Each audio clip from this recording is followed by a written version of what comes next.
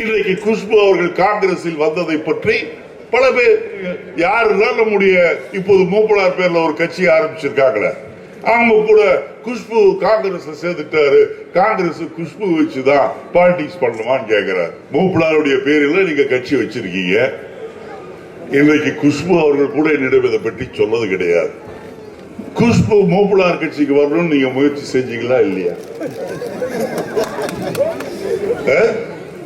ஏன் நம்முடைய செல்ல குட்டியாக இருக்கின்ற நம்முடைய கடைசி தம்பி அவர் பேர் வாசன் அவர்கள் குஷ்பு கிட்ட பேசி கெஞ்சலையா?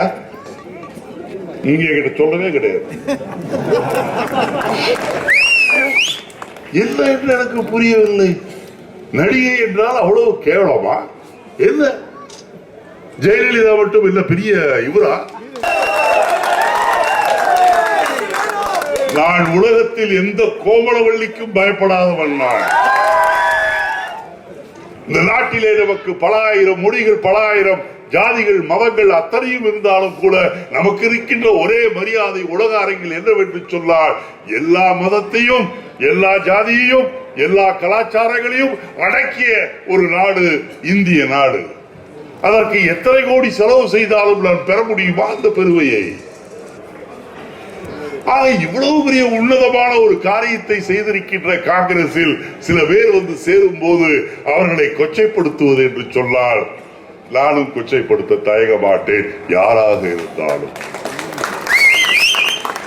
நான் என்னுடைய மூப்பனார் கட்சியை சார்ந்த அருமை நண்பர்களுக்கு சொல்கிறேன், சில இடங்களில் நீங்கள் வாளாட்டி கொண்டிருக்கின்றீர்கள். இந்த வாள் ஆட்டுவது தொடர்மையானால் வாள் வெட்ட நறுக்கப்படும். கட்சியை விட்டு நீங்க தான் போயிட்டீங்க. போனவங்க புதுசா ஒரு கொடி கம்பம் போட்டு நீங்க ஏத்திக்க வேண்டியதானே? அதெல்லாம் காங்கிரஸ் கம்பெனிலே ஏத்துவேன். இதெல்லாம் வந்து அயோக்கியத்தனம். நேற்று திருநெல்வேலியிலே கனையநல்லூர் என்ற ஊரிலே காங்கிரஸ் கொடி கம்பத்திலே திருட்டுத்தலம். ஏன் பகலிலே வந்து ஏற்ற வேண்டியதானே? இது போன்ற நிகழ்ச்சிகள் தொடர்ந்து நடக்குவேயானால் மூப்பனார் கட்சி கொடி தமிழ்நாட்டில் ஒரு இடத்துல கூட பறக்காது. நாங்க பீட்டர் அல்போன்ஸ் போய் அல்போன்ஸ் போல நட்டநடு ராத்திரியில இறக்க மாட்டோம். பகல் 11 மணி, 12 மணிக்கு அப்பதான் அதிகமா இருக்கும். வெயிலுடைய கொடூரம் அப்பதான் அதிகமா. சர்தார்ஜிகளை கேட்டீங்கன்னா தெரியும் 12 மணி வெயில் கொடுமை எப்படி. 12 மணிக்கு நாங்க எல்லா கொடிக்க பத்தியும் வெட்டுவோம். நீ வீட்டை விட்டு வெளியே போய் வேலையை பார்த்துட்டு போக வேண்டியதால.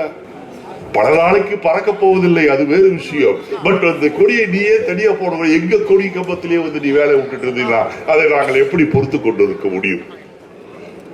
ஆக இதை நாம் விடக்கூடாது. நான் இங்கே சொல்கின்றேன், கோட்சேவுக்கு சிலை வைக்க வேண்டும் என்று சொல்லிய அந்த இந்து மகா சபையை சார்ந்தவர்கள் மீது உடனடியாக பன்னீர்செல்வம் அவர்களே தூங்கியது போதும், விழித்தெழுங்கள். அவர்கள் பன்னீர்செல்வம் என்றால் எனக்கு ஞாபகம் வருவதெல்லாம் கண்ணீர் விடாமல் எப்படி அடுவதை என்று கட்டுத்தந்த மாபாதகர்கள் அவர்கள் தான். 30 பேர் பதவி ஏற்றுக் கொண்டார்கள். 30 பேரும் உடல் குலுங்கியதை தவிர கண்ணிலிருந்து ஒரு சொட்டு கண்ணீர் கூட வரவில்லை. ஏமாற்றுகின்றார்கள். பாவம் தம்பையார் நம்மளுக்காக பூஜை செய்யறாங்க, அது செய்யறாங்க, மொட்டை அடிச்சுக்கிறாங்க, நமக்காக ரோட்ல உருண்டு பிறண்டு மண் சோறெல்லாம் திட்டுறாங்க. இதெல்லாம் செட்டப் ஜெயலலிதா, நம்பாதீங்க. மொட்டை அடிச்சா 1000 ரூபாய் கொடுக்குறாங்க, அதனாலதான் மொட்டை அடிக்கிறான். மீசை எடுத்தா 500 ரூபாய் கொடுக்குறாங்க, அதனாலதான் அவங்க இதுக்குறான். பாலாபிஷேகம் பண்ணா 5000 ரூபாய் கொடுக்குறாங்கம்மா, அதனாலதான் பண்றாங்க. ரோட்ல உருண்டு புரண்டு மண்சோரியாவா சாப்பிடுறாங்க. நீங்க வரணுன்றதுக்காக இல்ல, 10,000 ரூபாய் பழம் கிடைக்கிறதுக்காக பண்றாங்க. அந்த ஒரு ஏமாந்த எனக்கு ஜெயலலிதாவை எவ்வளவோ கோவம் இருந்தா கூட இந்த காலகட்டத்தில் இந்த அதிமுக காரங்கள இப்படி உள்ள ஏமாத்துறாங்களே. டெய்லி கோவில்ல பூஜை, டெய்லி பூஜை.